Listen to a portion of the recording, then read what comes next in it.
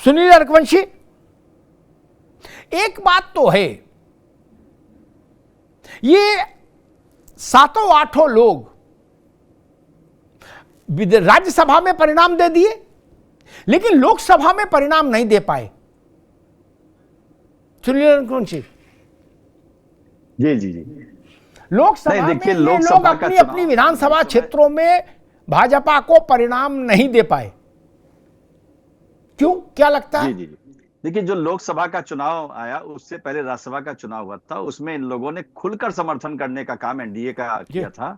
और उसके बाद से अभी तक ये जो समाजवादी पार्टी की तरफ से कहा जा रहा है कि उन्होंने हृदय परिवर्तन करने के लिए समय दे दिया, मगर कहीं ना कहीं उन माननीय विधायक गणों ने माननीय अखिलेश यादव जी को समय दिया था कि आप अपना हृदय परिवर्तन करने का काम करें, मगर हृदय परिवर्तन उनका नहीं हुआ। और उन्होंने आज जिस तरीके से कार्रवाई करने का काम किया, ये साफ दर्शाता है कि हम ए तो जरूर लगा लेते हैं अपने पीडीए के उसमें, मगर जब ए जरूरत होगी वोट की तब हम उसको इस्तेमाल करने का काम करेंगे। रही बात लोकसभा के चुनाव में, लोकसभा के चुनाव में किसको फायदा देना था, किसको फायदा नहीं देना था, उस समय का एकदम अचानक में इन लोगों ने भारतीय जनता पार्टी के साथ आने का काम किया, भारतीय जनता पार्टी को समर्थन करने का काम किया। और जो समाजवादी पार्टी जो एक नारा लेकर आई थी, उस समय एक ऐसा नारा लेकर आई थी जिस पर ये, क्योंकि आप साफ तौर से देख रहे हैं कि मनोज पांडे जी हो, चाहे राकेश सिंह जी हो, अभय सिंह जी हो, लगातार ये लोगों के ऊपर पहले से ऐसा लग रहा था कि ये जो है भारतीय जनता पार्टी का समर्थन अभी करने आया, मगर समाजवादी पार्टी के हैं। समाजवादी पार्टी ने एक ऐसा नारा जो दिया था लोकसभा के चुनाव में कि आपका संविधान खतरे में है, संविधान को खत्म कर देंगे, तो कहीं ना कहीं ये श्रवण राजनीति को लेकर आए थे कि ये श्रवण राजनीति भारतीय जनता पार्टी के में करी जा रही है और वहां पर श्रवण जाएंगे तो कहीं ना कहीं जो है संविधान खत्म हो जाएगा। इस तरीके का नारा समाजवादी पार्टी लेकर आई थी। और आने वाला आप 27 देखिएगा, आज मैं आपके चैनल पर इससे पहले भी कई बार डिबेट कर चुका और कई बार हमारे राष्ट्रीय अध्यक्ष जी ने भी कई बार आप लोगों से कहा, समाजवादी पार्टी को जो उत्तर प्रदेश के अंदर पूर्वांचल की धरती पर ताकत देने का काम किया और 47 से इनको 111 पर ले जाने का काम किया, आने वाले 27 में आप खुद देखिएगा अमिताभ जी कि किस तरीके से समाजवादी पार्टी को नुकसान। पीडीए का नारा तो जरूर देते हैं, मगर पीडीए की हिस्सेदारी देने का काम नहीं करते हैं। इनको जब जरूरत पड़ती है तो अपने पोस्टर में पीडीए के महाराजा सोहेलदेव राजभर जी की फोटो लगाने का काम करते हैं, मगर जब महाराजा सोहेलदेव राजभर जी की फोटो हटा देते हैं, इसलिए क्योंकि सोहेलदेव राजभर समाज पार्टी के जो राष्ट्रीय अध्यक्ष समाजवादी पार्टी से गठबंधन तोड़ लेते हैं। तो इस तरीके का समय समय पर ठीक है सुनील जी, उन लोगों का इस्तेमाल करने की कोशिश करते हैं जिन लोगों की जरूरत होती है। देखो भाई, पीडीए की जितनी व्याख्याएं अखिलेश जी ने अब तक बताई हैं, मेरी बात से सब सहमत होंगे। उन सारी व्याख्याओं को अगर मैं एक साथ मेज पे रख दूं तो पीडीए में 100% आबादी आ गई। अभय भी पीडीए है, मनोज पांडे भी पीडीए हैं, राकेश प्रताप सिंह भी पीडीए हैं। भाई पीडीए से बाहर कौन है? पिछड़ा, अगड़ा, दलित, वंचित, स्त्री, पुरुष, सब तो बता चुके अखिलेश जी। तो एक लाइन में कह दो भारत की संपूर्ण जनसंख्या पीडीए में है, बात खत्म हो जाए। 1000 जातियां कौन याद रखे? एक तो विषय ये है भाई, इसमें तो ये लोग भी पीडीए के। लेकिन एक बड़ा आरोप जो राकेश प्रताप लगा रहे हैं या अभय सिंह लगा रहे हैं, वो कह रहे हैं कि हद तब हो गई, मुझे लगा था शायद नावेद जी उस पर ध्यान देंगे, लेकिन उनके दिमाग से उस वक्त विस्मृत हो गया होगा। उन्होंने कहा कि हद तब हो गई जब विधायकों को रामलला के दर्शन करने जाने से रोका गया। कहा गया आप अयोध्या नहीं जाएंगे और रामायण फाड़ने वाले आदमी को हम बिस्कुट खिलाएंगे, माला पहनाएंगे, और अयोध्या कोई नहीं जाएगा। ये आरोप लगाया है आपके विधायकों ने जो कल तक आपकी पार्टी में महत्वपूर्ण हैसियत रखते थे। ये सामान्य विधायक तो थे नहीं, इस बात से तो सब सहमत हो। अभय हो, राकेश हो, मनोज पांडे हो, कोई सामान्य विधायक तो थे नहीं, ये महत्वपूर्ण लोग थे। और अगर ये आरोप लगा रहे हैं कि पार्टी लीडरशिप ने इस बात के लिए कंपेल किया हमारे पार्टी के लीडर्स को, एमएलए को, कि आप अयोध्या नहीं जा सकते, आप स्वामी प्रसाद मौर्य का जयकारा लगाइए जो रामायण को फाड़ रहे हैं, जला रहे हैं, ये बड़ा आरोप है। मुझे लग रहा है इस पर समाजवादी पार्टी को जरूर कुछ ना कुछ कहना चाहिए। ओपी सिंह जी, आपके पास मेरे लिए एक बड़ा सवाल यही है कि ये लोग एक छोटे इवेंट में तो हिट रहे कि भाई राज्यसभा में आपने खेला कर दिया, आलोक रंजन हार गए। हालांकि आलोक रंजन को भी इन्होंने प्रेफरेंशियल उसमें तो रखा नहीं था सपा ने। सपा की जो राजनीतिक वरीयता थी उसमें जया भादुड़ी थी और रामजीलाल सुमन थे। तो आलोक रंजन जी दुर्घटनाग्रस्त हो गए, दुर्घटना का शिकार हो गए।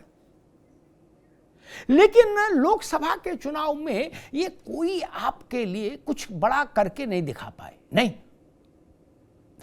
कहीं ऐसा तो नहीं कि इसीलिए भाजपा ने भी लगभग 18-20 महीने हो चले, अभी बीच में 3-4 लोग आए थे, अमित शाह जी से फिर मिले, पूछे भैया कौन सी गलती हो गई, मतलब ये है कि कहीं टेलीफोन में घंटी नहीं बज रही, कहीं कोई एडजस्टमेंट भी नहीं हो रहा है।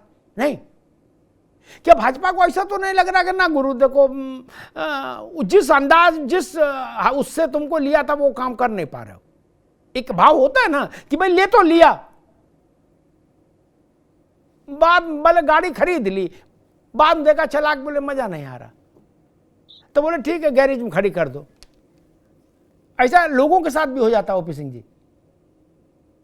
अच्छा आफ्ताब जी की जो 7 विधायक उस समय अंतरात्मा की आवाज पर राज्यसभा में भाजपा के प्रत्याशी के पक्ष में मतदान किया था, उनको लोकसभा के चुनाव से नहीं जोड़ा था, क्योंकि लोकसभा का चुनाव पार्टी लड़ती है और पार्टी में जो है केंद्र और प्रदेश की जो पार्टी के पदाधिकारी हैं, नेता, वो खुद चुनाव लड़ते हैं। इनका जो निष्कासन हुआ है वर्तमान में, इसमें मैं अपनी कोई टिप्पणी नहीं करता। जो निकाले गए उसमें राकेश प्रताप सिंह भी है। उन्होंने कहा कि और राम और राष्ट्र का विरोध ठीक नहीं है, मैं राम और राष्ट्र के साथ। दूसरा, उसी राकेश प्रताप सिंह ने बयान दिया है कि जब रामचरितमानस की प्रतियां फाड़ी जा रही थी, जलाई जा रही थी, तब भी हमने विरोध किया, और जब अयोध्या में रामलला के दर्शन करने की बात आई तब भी पार्टी ने जो है विरोध किया था। तो ये बात तो धीरे धीरे साबित हो चुकी है कि उत्तर प्रदेश के विकास और सनातन धर्म की जो बात करेगा वो पार्टी में तो नहीं रह सकता जहां अखिलेश यादव जी नेतृत्व कर रहे हैं।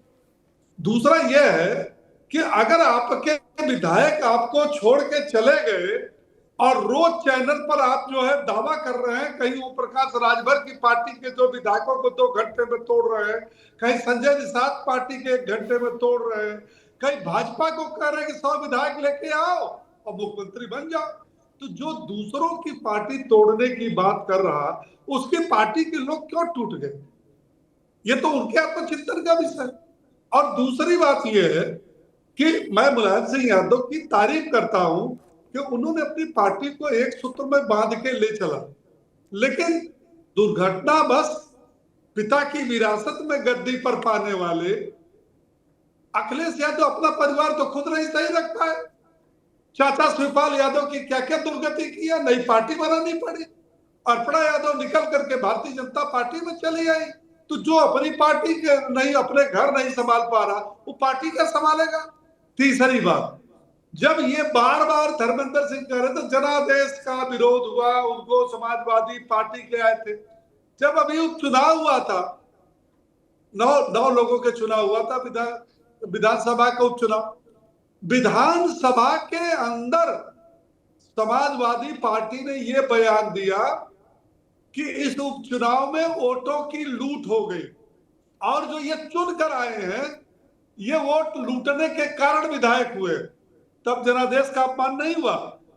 एक जनता आपको विधायक चुनती है, अब आप कह रहे हैं कि ये लूट है। एक जनता 22 में भारतीय जनता पार्टी के काम को देखते हुए सरकार बनाती है, तो आप कहते हो कि यादव और मुसलमानों का 20-20 हजार वोट हर विधानसभा में काट दिया। किसका किसका? केवल 2 जाति, यादव। ये तो बड़ा मुश्किल में पीडीए का जोड़ा ना, पहले पीएमवाई का नारा दिए थे, पीडीए तो बाद में ले आए। पीडीए में इन्होंने खुद बयान दिया, पिछड़ा, दलित, अल्पसंख्यक। जब इसकी क्रिटिसाइज हुई तो कहा नहीं नहीं नहीं नहीं, पीडीए का मतलब ए माने अगड़ा, ए माने अल्पसंख्यक, डी माने क्या, पता नहीं क्या क्या वो उन्होंने कहा, पीडीए की परिभाषा रोज बदलते रहते, देते रहते। तो भैया जब पीडीए की परिभाषा दे रहे हो तो आशुतोष मौर्य और पूजा पाल को काहे रखे हो? ये तो पीडीए के विरोधी थे ना सातों। उनकी विचारधारा जो है, उसकी विचारधारा समाजवादी पार्टी की तो विचारधारा मुलायम सिंह यादव जी के जमाने से मालूम है। परिवारवाद, जातिवाद, तुष्टीकरण और गुंडों को बढ़ावा देना, इसके अलावा क्या विचारधारा? बता देंगे कि यही विचारधारा है। और अगर विचारधारा एक है तो हर चुनाव में विचारधारा बदलती क्यों है? अरे भाई एक लेके चले थे तो आप लेके अकेला चलो। अच्छा, अब कह रहे हैं कि भाई वो 3 को इसलिए निकाल दिया कि जेल की मैनुअल के हिसाब से जिसका आचरण ठीक था उसको मैंने रोक लिया, और जेल मैनुअल के हिसाब से जिसका आचरण ठीक नहीं था उसको पूरी की पूरी सजा दे दिया। चलो भैया तुमको निष्कासित, अब तुम आचरण में सुधार करो, तो फिर तुम्हारे बारे में ये तरह तरह की बातें। देखिए, समाजवादी पार्टी में उबन ये है कि हम चाहे सपा में हो चाहे बसपा में हो, रामलला को छोड़ नहीं सकते, सनातन धर्म को छोड़ नहीं सकते। आप रोज गाली दोगे, आप कुंभ को गाली दोगे, देवी देवताओं को गाली दोगे, आप बाबा हुमायूं औरंगजेब की बात करोगे, आप जो है कहोगे कि संभल में और बहराइच में आप जो उन मासूमों के साथ खड़े हो जा रहे हो खुलेआम, जिन्होंने हत्या किया था बहराइच में और जिन्होंने पुलिस वालों पर हमला किया था। तो आपकी परिभाषा तो रोज घटनाक्रम बदलती रहती है ना, एक पर ही कहां खड़े रहते हैं आप बताइए?